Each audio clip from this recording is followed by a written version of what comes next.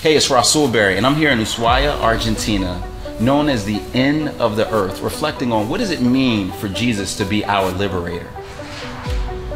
Ushuaia is known as the end of the earth because it is the southernmost city in the world.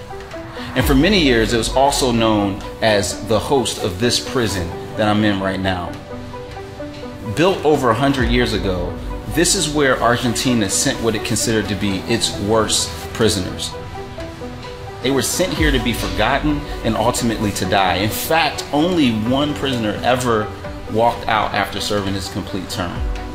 It brings new significance to what it means when Jesus said in Luke chapter 4, "The Spirit of the Lord is upon me because he has anointed me to proclaim good news to the poor and freedom to the captive."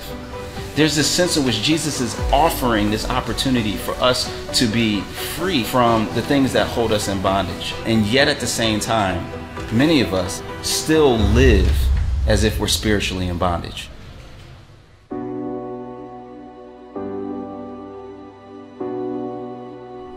Sometimes it's kind of hard to imagine that a freer, better kingdom is even possible, isn't it? And yet that's exactly what Jesus tells us. He tells us in John chapter 8 that he who the Son sets free is free indeed. But how is Jesus able to accomplish this?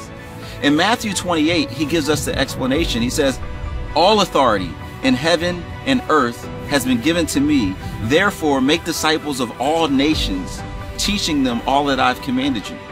You see, after his resurrection, Jesus arose with all authority and all power and now is able to break every chain.